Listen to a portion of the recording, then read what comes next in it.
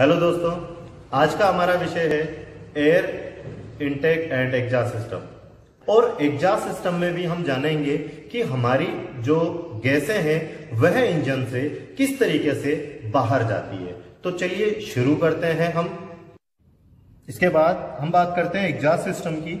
Exhaust system जो होता है, पहले इसे समझे हम कि यह क्या होता है। तो देखिए, हमें यह पता है कि हमारे इंजन में जो है हवा, फ्यूल और तापमान, ये तीनों यहाँ पर एक जगह इकट्ठी की जाती है। उसके बाद यहाँ पर क्या किया जाता है, इसे जलाया जाता है, इसे बर्न किया जाता है। तो उसके बाद जलने के बाद, क्योंकि ये गैसें हमारी किसी काम की नहीं होती है, तो इसे हम क्या करते हैं, इंजन से बाहर निकालते हैं। तो इस जली हुई गैसों को बाहर निकालने के लिए हम जो प्रणाली इस्तेमाल में लेते हैं या जो इस प्रणाली का हम प्रयोग करते हैं वह आपका एग्जॉस्ट सिस्टम कहलाता है। इसे बाहर निकालने के लिए हमें सबसे पहले मैनिफोल्ड चाहिए होता है, क्योंकि जितने भी सिलेंडर होते हैं उनके अकॉर्डिंग हम जो आपके एग्जॉस्ट है उन्हें एक साथ उनका एक रास्ता बना देते हैं। उसके बाद उसके आगे हम साइलेंसर लगा देते हैं। तो इस तरीके से जो एग्जॉस्ट मैनिफोल्ड होता है ये काफी ज्यादा गर्म होता है, इसीलिए यह ज्यादातर आपको जो है कास्ट आयरन का बना हुआ मिलेगा। तो हम यहां कह सकते हैं कि हमसे अगर कोई पूछता है कि भाई इनलेट मैनिफोल्ड जो होता है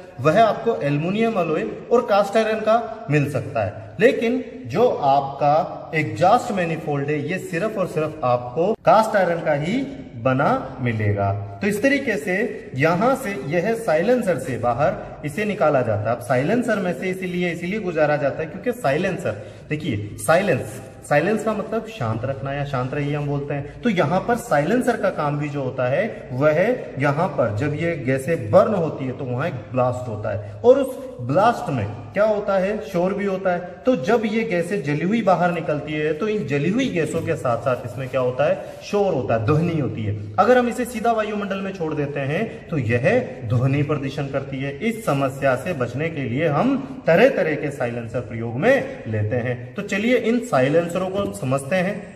साइलेंसर साधारणतः आपके 3 प्रकार के होते हैं। यह प्रेस्ड स्टील के बनाए जाते हैं और इसे मफलर के नाम से भी जाना जाता है। तो चलिए शुरू करते हैं साइलेंसर के बारे में कि ये तीनों प्रकार के जो है ये अलग अलग किस तरीके से। तो सबसे पहला जो साइलेंसर आप देख रहे हैं यह है स्ट्रेट फ्लो साइलेंसर।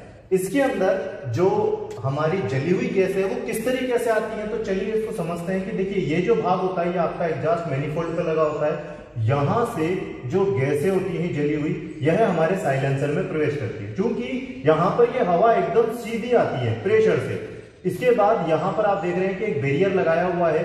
इस बैरियर से टकराने के कारण यह गैसें वापस रिवर्स होती है, लेकिन पीछे से गैसें चूंकि प्रेशर से आ रही है तो यह है वापस पीछे नहीं जा पाती। परिणाम ये होता है कि इन छोटे छोटे होलों से यह वापस बाहर की तरफ आने लगती है।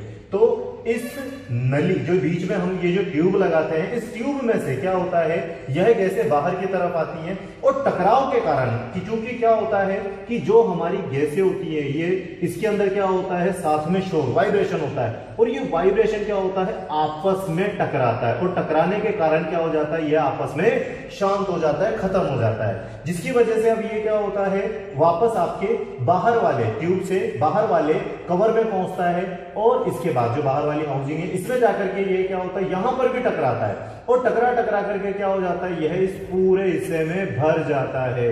और इसके बाद जब इसे निकलने का कोई रास्ता नहीं मिलता तो वापस से ये छोटे होल जो कि हम लोगों ने बनाए हुए हैं यहां से यह इसके अंदर प्रवेश करता है, और उसके बाद यहां से यह बाहर निकल जाता है, जो कि हवा जो होती है एकदम शांत हो जाती है। तो इस तरीके से यहां से निकलने वाली जो हवा होती है या हम कहें कि जो एग्जॉस्ट गैसें होती हैं तो उसमें ध्वनि को रोक दिया जाता है ताकि यह बाहर जाकर के ध्वनि प्रदूषण ना फैलाए।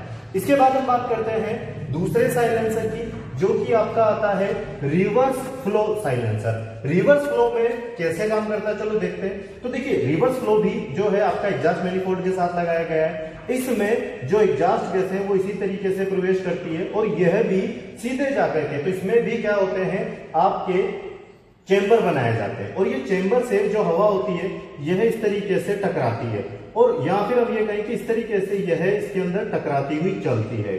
तो एक से अधिक जगह पर टकराने के कारण यह जो गैसें हैं इसके अंदर का जो वाइब्रेशन होता है यह शांत हो जाता है। इस तरीके से यह गैसें टकराती हुई चलती है और उसके बाद इसे यहां से बाहर निकलने में काफी समय लगता है, जिसकी वजह से आपसी टकराव के कारण, वाइब्रेशन के आपसी टकराव के कारण जब यह साइलेंसर से बाहर निकलती है तो बिल्कुल शांत होती है।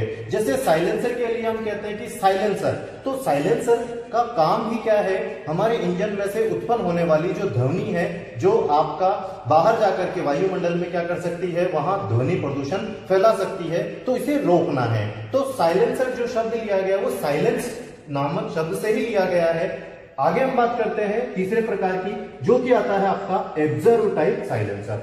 एब्जर्व टाइप जो साइलेंसर होता है इसके अंदर हम लोग जो है कांच के, रेशेदार कांच, जो पतले पतले कांच के क्या होते हैं, रेशे होते हैं, उसे इसके बीच में भरा जाता है, जो कि आपके दोनों में से किसी भी प्रकार के हो सकते हैं। आज के समय में एब्जर्व टाइप साइलेंसर सबसे ज्यादा प्रयोग में लिया जा रहा है और यह आपके स्ट्रेट फ्लो या रिवर्स फ्लो दोनों में से किसी भी प्रकार के हो सकते हैं। इनमें होता यह है कि हम जैसे कि यहां पर क्या किया जाता है, इसमें रेशेदार कांच भर दिए जाते हैं, क्योंकि कांच जो होता है वो ध्वनि को सोख लेता है, अपने अंदर अवशोषित कर लेता है, एब्जॉर्ब कर लेता है, जिसकी वजह से जब यहां से ध्वनि निकलेगी और वो रेशेदार कांच के पास से होकर निकलेगी तो कांच उसमें से ध्वनि को अपने अंदर एब्जॉर्ब कर लेता है और सिर्फ गैसों को ही क्या होने देता है, बाहर जाने देता है। तो इसीलिए इसे एब्जॉर्ब टाइप साइलेंसर कहते हैं। तो चलिए इसे भी हम एक इमेज के माध्यम से समझने की कोशिश करें।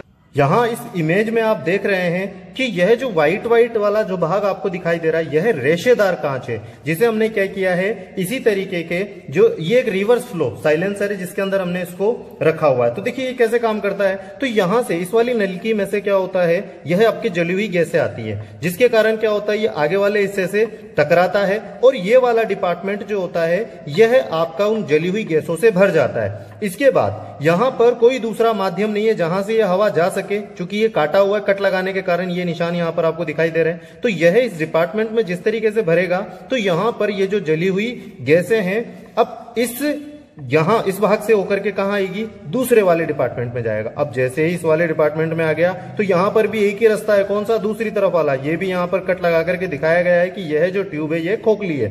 तो अब यहां से यह जो गैसें हैं ये कहां से निकलेंगी, दूसरे छोर से निकलेंगे और इसी का कनेक्शन फिर बाहर की तरफ साइलेंसर के साथ रखा जाता है और इसी तरीके से बाहर क्या हो जाएगी, ये जली हुई गैसें निकल जाएगी। तो इन रेशेदार कांचों के संपर्क में आने के कारण जो वाइब्रेशन होता है वह शांत हो जाएगा, क्योंकि ये क्या करेगा, वहां पर उस वाइब्रेशन को अपने अंदर अवशोषित कर लेगा। इसीलिए इस तरीके का जो साइलेंसर होता है यह एब्जर्व टाइप साइलेंसर कहलाता है।